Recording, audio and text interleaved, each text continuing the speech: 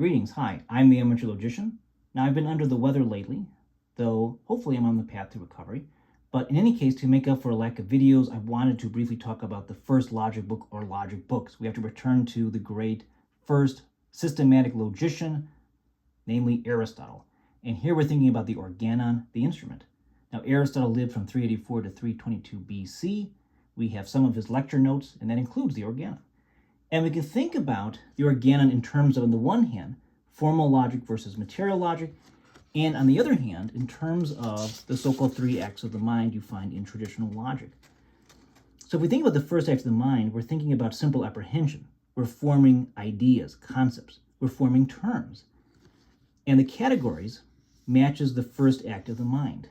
So terms and definitions are covered in the categories. The first 4 chapters introduce the general idea of a category. Chapters 5 to 14 are on particular categories. For instance, chapter 5 is on the primary category of substance. So here we have the so-called 10 categories. They're introduced here. And in previous videos, we talked about the 10 categories on this YouTube channel. These are categories of predication. Then we move into the second act of the mind. We're on interpretation. So the first act of the mind, we form ideas, concepts, terms. But now we're going to relate those terms, so to speak, through propositions. We're going to form judgments. This is the second act of the mind. So sentences and propositions are covered on interpretation. There are affirmations and negations. Chapter 4, for example, makes a distinction between a mere sentence and a proposition.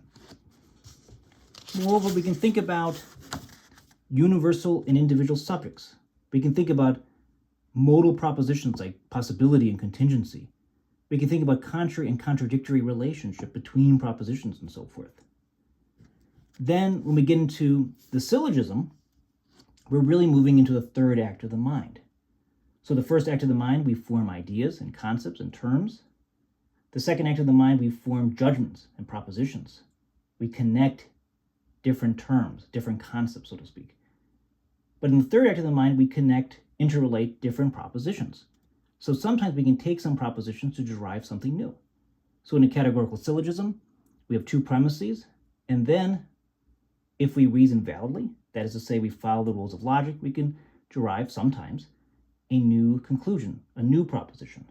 And that's guaranteed to be true insofar as we have a valid argument and the premises are true. So we're thinking about syllogisms, deduction. So prior analytics, chapters 1 to 7 deal with discovering valid syllogisms and classifying the different types of syllogisms. We're thinking about figures and moods. Modal statements are also looked into. So we're thinking about reasoning and inference. We then move into material logic. We can also call this informal logic.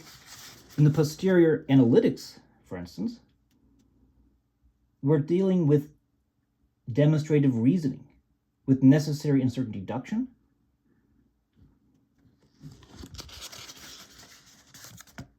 In the topics, we have probable conclusions, for instance. And on sophistical reasoning, we deal with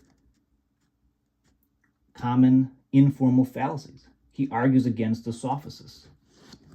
And this particular print edition you can buy on Amazon. You can also read this freely online, of course, if you so choose. Now, logic allows you to declare your independence. It strengthens your ability to evaluate arguments and theories on your own. Logic is about good thinking, about good reasoning. And as you master it, you'll become a superior thinker, arguer, and debater. Now, to read a full-blown free tutorial on traditional logic, you can visit my website, amateurlogician.com.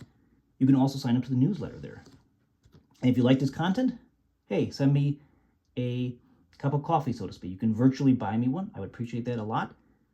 Until next time, be well.